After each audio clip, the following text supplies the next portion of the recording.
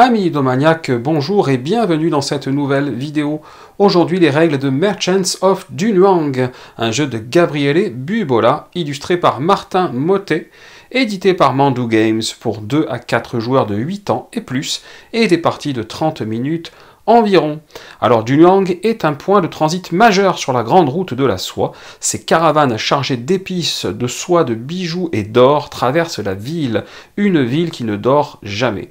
Au milieu de ce chaos organisé, des marchands riches et puissants rassemblent des fournitures et des marchandises pour les vendre et accroître leur influence.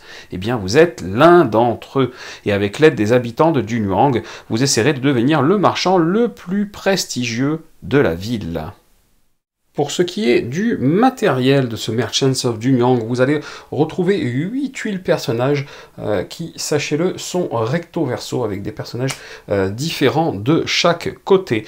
Vous allez également avoir 55 cartes marchandises que je vous ai étalées ici même. Vous allez avoir de l'or, de l'argent, de lapis-lazuli, de la poterie, du verre, du bambou, du thé, du papier, de la laine et de la soie.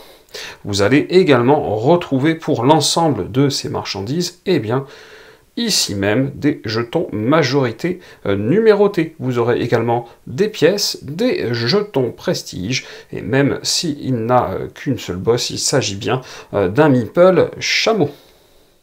Pour la mise en place de Merchants of Dunhuang, eh bien vous allez mélanger les 8 tuiles personnages qui, je vous le rappelle, sont recto verso, donc il va vraiment falloir les mélanger dans tous les sens, et vous allez former comme ceci un cercle.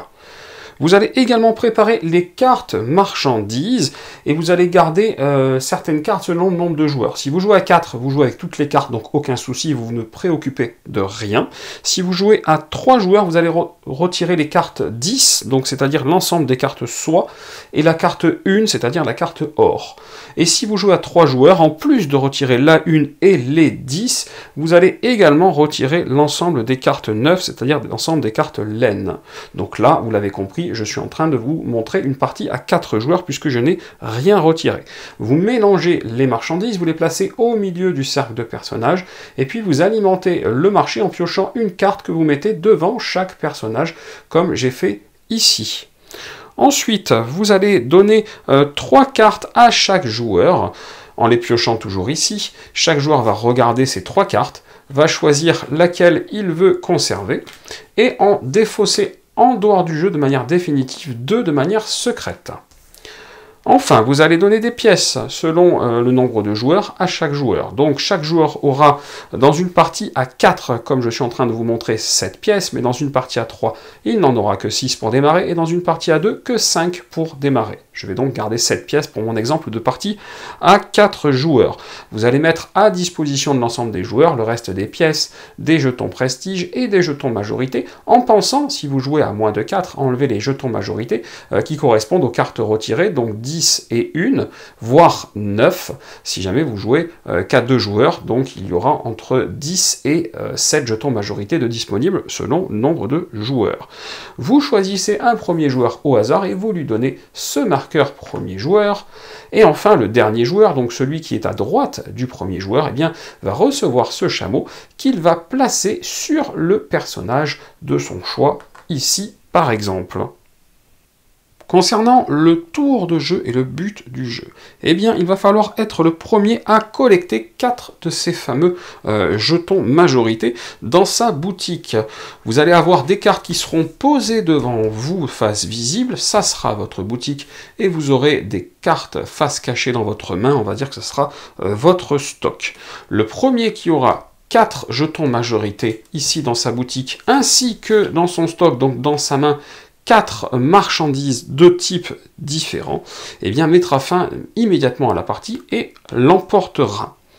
Si personne n'y parvient, la fin de la partie va arriver quand la pioche de marchandises sera épuisée et qu'on ne pourra plus alimenter là tout autour le marché avec. À ce moment-là, c'est celui qui aura le plus haut score qui l'emportera. Ça va donc être une succession de tours en sens horaire en partant du premier joueur, et ce jusqu'à ce qu'une des conditions de fin de partie soit remplie.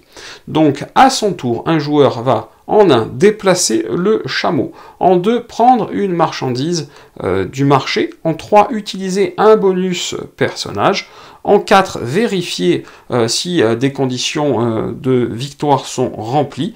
Et en 5, eh bien, réalimenter le marché avec des marchandises. Quand c'est à son tour de jouer, donc, eh bien, le joueur qui joue va prendre ce chameau. Il va pouvoir le déplacer en sens horaire et en sens horaire uniquement sur les différents personnages que compose cette partie. Son premier déplacement, s'il fait ceci, il est totalement gratuit. Maintenant, s'il part de là et qu'il se déplace de plus de 1, par exemple 1, 2, eh bien chaque déplacement supplémentaire au-delà du premier, il doit payer une pièce. Donc dans ce cas de figure, il a fait un déplacement de plus que le premier, il paye une pièce. Donc je vais exagérer, mais si je suis là que je vais faire le tour, 1, 2, 3, 4, 5, 6, 7, 8, ça fait 7 pièces à payer pour revenir au même endroit. C'est un peu cher, hein, je vous l'accorde d'avance. Quand vous arrivez eh bien, sur un personnage, la première chose que vous allez faire, c'est de prendre la marchandise qui lui est associée sur le marché. Quand vous prenez cette carte, vous avez deux choix. Soit vous la posez devant vous face visible, et à ce moment-là, elle rentre dans votre boutique, soit, eh bien, vous aviez déjà une carte dans votre main au début de la partie, vous la rajoutez dans votre main face cachée, dans votre stock. Je vais la laisser dans ma boutique pour cet exemple-ci. Les cartes de votre boutique comptent pour l'obtention de jetons majorité, contrairement à celles qui sont dans votre main qui ne comptent pas du tout. Elles doivent être placées de manière à toujours voir leur nombre, c'est-à-dire que si j'avais eu plusieurs 3, il aurait fallu que je les place comme ça pour qu'on voit bien que j'en avais plusieurs. Hein. Ça c'est important pour que tout le monde et vous-même puissiez toujours savoir combien vous en avez à tout moment. Si au moment du placement d'une marchandise dans votre boutique, comme je viens de faire là, vous devenez la boutique qui en possède le plus, ou si vous égalisez la boutique qui en possédait le plus, eh bien vous prenez le jeton majorité correspondant et vous le mettez à côté où vous voulez, pour indiquer que vous avez maintenant la nouvelle majorité. Dans ce cas de figure, vu que je suis le premier à prendre des lapis lazuli, et que je viens de récupérer le jeton majorité, si quelqu'un d'autre à un moment en pose, comme il m'égalisera, c'est lui qui prendra le jeton majorité. La seconde chose que vous pouvez faire, c'est utiliser le pouvoir, le bonus du personnage qui est indiqué à chaque fois en dessous de sa photo. Je vais y revenir sur ce que fait chaque personnage. Soit vous donc prenez le bonus, si vous ne voulez pas du bonus parce qu'il ne vous intéresse pas, eh bien à la place, vous prenez 3 pièces, donc c'est un choix, et ça va être une autre manière de vous réalimenter en pièces quand vous n'en aurez plus, pour avoir le choix quand vous allez avancer concernant vos actions. Voici donc les pouvoirs des différents personnages pour que vous compreniez mieux de quoi il s'agit. Vous avez la peintre qui vous permettra de défausser une carte de votre main pour gagner 3 jetons prestige. Vous avez de l'autre côté la musicienne qui elle vous permettra de défausser une carte de votre boutique ici pour gagner également 3 jetons prestige. Vous avez ensuite la princesse qui vous permettra de gagner un jeton prestige par jeton majorité que vous possédez. Ça me permet de vous dire également que quand vous prenez un jeton majorité, vous le prenez toujours de ce côté-ci, c'est-à-dire du côté avec le chiffre qui correspond à la majorité que vous venez d'acquérir. En effet, je vous montrerai plus tard que vous pouvez les retourner côté caractère, mais uniquement avec des pouvoirs de personnage. En tout cas, avec la princesse, qu'il soit de ce côté ou de ce côté, c'est la même chose, c'est un jeton prestige par jeton majorité que vous possédez. De l'autre côté, vous avez la danseuse, et c'est très simple, avec la danseuse, vous récupérez 2 jetons prestige. Vous avez ensuite l'interprète. Alors l'interprète, vous allez piocher dans la pile qu'il y a donc là au milieu, eh bien autant de marchandises que de cases parcourues par le chameau. Ça veut dire quoi? Ça veut dire que en sens horaire, bien entendu, si mon chameau était 2 personnages plus loin, 1, 2, déjà je paye une pièce pour faire ce déplacement, j'arrive là, j'ai parcouru 2 cases, je pioche 2 cartes. Au plus mon chameau vient de loin pour atterrir sur l'interprète, eh bien au plus je piocherai 2 cartes. Sur les cartes que j'ai piochées, je vais en garder une dans ma main, et ça c'est important, et je vais défausser les autres, je vais les remettre en dessous de la pile. Concernant de l'autre côté le diplomate, eh bien je vais piocher 2 marchandises de la pile, je vais en garder une dans ma main et je vais placer également l'autre sous la pile. Pour le soldat, eh bien je vais échanger une marchandise de ma boutique, donc posée devant moi, avec une des marchandises ici au marché autour des personnages.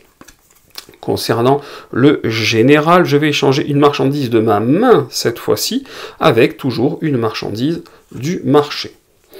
Le commerçant, lui, vous permet de choisir un adversaire et de piocher 2 marchandises au hasard dans sa main.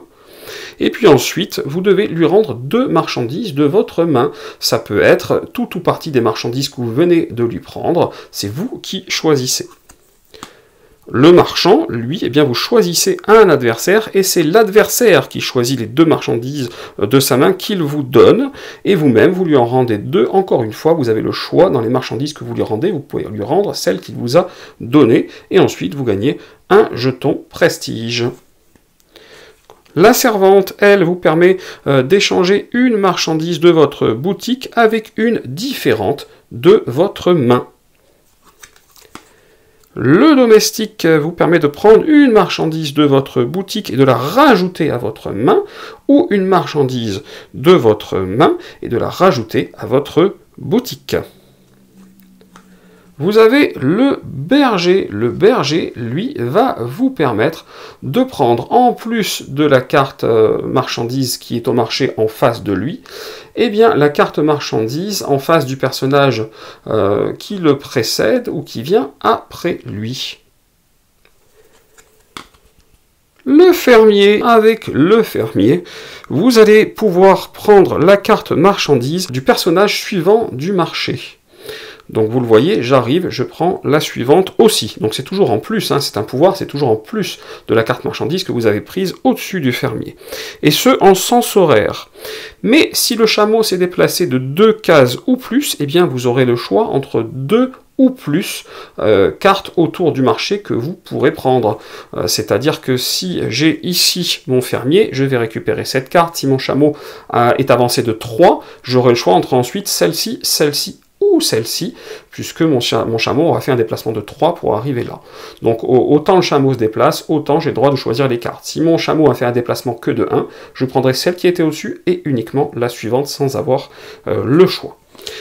Et enfin, vous avez ici le manichéen. Alors le manichéen, eh bien lui, il va vous permettre de retourner vos fameux jetons majorité, hein, c'est ce que je vous disais.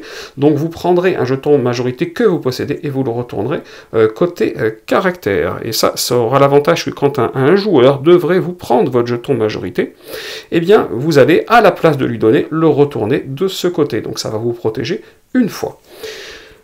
Le bouddhiste, lui, eh bien c'est pareil, il va vous permettre de retourner un jeton côté caractère, et là, quand un joueur devra vous prendre ce jeton, eh bien il ne pourra le faire que s'il vous donne 2 pièces pour ce faire. Toutefois, si un joueur a plus de cartes que vous, il vous le prend quand même. Donc quand un joueur vous égalise, il doit vous donner 2 pièces pour pouvoir vous prendre le jeton. Et puis, si une fois qu'il vous a égalisé, il vous dépasse, là automatiquement il ne vous paye plus les 2 pièces, il vous le prend. Dans tous les cas, quand le jeton est pris, il doit être retourné par l'adversaire qui vous le prend, de ce côté, bien entendu. Vous l'avez compris, c'est l'ensemble de ces pouvoirs qui va être le cœur du jeu, puisque vous allez vouloir vous déplacer sur un endroit précis et payer peut-être des pièces pour y arriver, à obtenir les marchandises et les pouvoirs qui se combinent bien pour être, si possible, eh bien, le premier à obtenir ces 4 majorités ici par terre. Voilà ma majorité, je me dis, qu'est-ce que j'en ai fait? Vos 4 majorités par terre et vos 4 marchandises différentes ici dans votre main. Donc là, j'en serai à une marchandise différente et une majorité, évidemment, c'est le début de la partie. Donc c'est difficile de gagner au bout de 30 secondes, c'est tout à fait normal. Et donc, effectivement, quand mon tour est fini, je dois vérifier si les conditions de fin de partie sont réunies. Ce n'est pas le cas. Si ça avait été le cas, c'était une fin de partie immédiate. Et comme ce n'est pas le cas, je passe à l'étape suivante qui consiste à alimenter le marché. Donc je pioche pour alimenter le marché. Il pourra y avoir plusieurs cartes manquantes dans le marché grâce au fameux pouvoir des personnages, et dans ce cas-là, eh bien, vous remplissez en partant du chameau et en sens horaire les emplacements du marché qui sont vides. L'autre manière donc de terminer la partie, c'est quand on est à court de cartes pour alimenter le marché. J'ai bien dit à court de cartes, c'est-à-dire il me manque une ou plusieurs cartes à mettre et je ne peux pas. Par exemple, si je suis ici, il y a une seule carte, mais je peux la mettre, je ne suis pas à court de cartes pour alimenter le marché. Si je suis comme cela et je dois piocher une carte, là, je suis à court de cartes et ça arrête immédiatement la partie, ou presque. C'est-à-dire que là, on va regarder qui est le premier joueur et on va jouer des tours jusqu'au dernier joueur. Donc si c'est le dernier joueur qui a ce problème-là, la partie s'arrête immédiatement. Si c'est pas le dernier joueur, si c'est par exemple le deuxième joueur qui a ce problème-là dans ma partie, le joueur 3 et le joueur 4 vont encore jouer leur tour, et là la partie s'arrêtera. Évidemment, si le joueur 3 ou le joueur 4 à leur tour arrivent à avoir les fameuses 4 marchandises, enfin 4 jetons majorité par terre et 4 marchandises différentes dans leurs mains, bah, ils gagneront la partie avant la fin de partie due aux cartes. Du coup, le problème, c'est que vous le voyez, il y a des endroits qui ne vont pas être réalimentés, et bien c'est normal, les joueurs qui auront encore des tours à jouer, eh bien devront jouer en fonction. S'ils arrivent sur un personnage qui n'a pas de carte dans le marché, malheureusement, ils ne gagneront pas de marchandises pour cela. Si la partie ne s'est pas arrêtée avant donc, eh bien nous passons au décompte final. Alors la première chose, ça va être que tous les joueurs vont défausser l'intégralité des cartes de leur boutique, et ils ne vont garder que leurs jetons majorité. Chacun de ces jetons majorité leur vaudra 2 points en fin de partie. Ensuite, ils vont compter l'ensemble des jetons prestige qu'ils ont gagnés, et là aussi, ça leur vaudra 1 point en fin de partie, donc là, 6, 7, 8, 9, 10, 11 points déjà pour moi. Enfin, ils vont révéler l'intégralité des cartes de leurs mains, comme ceci. Et ils vont regarder là où ils sont majoritaires, où les égalités comptent également. Donc par exemple, peut-être que quelqu'un d'autre a 3 10 également, on gardera chacun nos 10. On va regarder là où on est majoritaire. Je suis peut-être majoritaire ou à égalité avec quelqu'un dans ces 3 catégories, donc je ne suis pas majoritaire dans le 4, je le défausse. Pour tous les endroits où je suis majoritaire, je ne vais garder qu'une seule carte de chaque. Voilà, là j'ai gardé un certain nombre de cartes, et bien ces cartes valent leur valeur faciale, donc là j'ai 21 points de plus, ça fait 27, 28, 29, 30, 31, 32 points dans mon exemple. Sachez que parmi les cartes où vous êtes majoritaire ou à égalité de majorité, eh bien vous ne pouvez garder qu'autant de cartes que ce que vous avez de jetons majorité. Donc dans mon exemple, c'est parfait, j'ai gardé 3 cartes, j'avais 3 jetons majorité. Si j'avais eu que 2 jetons majorité, je n'aurais pas pu garder 3 cartes pour le scoring, j'aurais été obligé d'en défausser une, donc bon, j'aurais choisi évidemment le 5. Et là, d'un coup d'un seul, je me retrouve à 16, 21 et 4 points, 25. Donc si j'ai pas les jetons majorité, je peux pas garder. Je vais exagérer, si j'ai 0 jetons majorité, je suis obligé malheureusement de ne garder aucune de mes majorités en main. Donc là, ça serait relativement dramatique. Donc même si on voit que la partie risque de se finir par un décompte final, il faut impérativement arriver à sauvegarder des majorités par terre, parce que déjà elles valent 2 points chaque, mais aussi parce que c'est elles qui vous autorisent à garder des majorités que vous avez en main. Une fois que vous avez votre score final, vous avez un vainqueur, et en cas d'égalité, eh bien ça sera parmi ceux qui sont à égalité, celui qui aura le plus de pièces qu'il va l'emporter. Voilà, c'était donc Merchants of Dunhuang. Là, vous voyez une boîte écrite avec des caractères bizarres, c'est du coréen, puisque Mando Games est un éditeur coréen. Mais d'après mes informations, ce jeu devrait arriver en Europe très bientôt, probablement l'année prochaine. Donc vous pourrez bien jouer à Merchants of Dunhuang, ce que je vous conseille de faire si vous aimez les petits jeux rapides et malins. Alors il est indiqué environ 30 minutes sur la boîte, honnêtement je pense même pas que les parties durent jamais 30 minutes, sauf si vous avez des joueurs qui réfléchissent beaucoup autour de la table, sinon les parties vont être d'une vingtaine de minutes au maximum à mon expérience, tout en étant très sympathique, puisque il va falloir utiliser les pouvoirs au mieux, anticiper ce que font les adversaires. C'est un jeu très interactif, puisque vous allez jouer sur des majorités de cartes et dans votre main et dans votre boutique, donc il va falloir bien vérifier ce que les autres font. Il va falloir aussi anticiper quand vous utilisez vous-même les pouvoirs, ce que les autres vont faire une fois que vous leur laisserez le chameau à cet endroit-là. Il va falloir aussi gérer votre argent pour essayer d'avoir toujours le choix d'utilisation des pouvoirs avec le chameau, parce que si vous ne pouvez avancer que de 1, vous n'aurez plus le choix. Donc ça peut être ennuyeux, ni le choix au niveau de récupérer des marchandises qui vous intéressent dans le marché, ni le choix du pouvoir que vous utiliserez peut-être. Donc voilà, il y a un certain nombre de choses. Il y a aussi le fait que la partie puisse s'arrêter en cours de route ou à la fin. Il ne faut jamais hypothéquer vos chances de gagner la partie immédiatement, mais il faut toujours faire attention d'avoir quand même des points si la partie va à son terme. Voilà tous les dilemmes, j'ai envie de dire, de ce Merchants of Dunhuang, qui en font un jeu à la fois simple et très malin, et relativement rapide. Voilà, comme d'habitude, si cette vidéo vous a plu, n'hésitez pas à mettre un petit pouce vers le haut, ça fait toujours plaisir, et puis cliquez en bas à gauche pour vous abonner à la chaîne si ce n'est pas déjà fait. Et chers amis ludomaniaques, je vous dis à très bientôt pour une prochaine vidéo.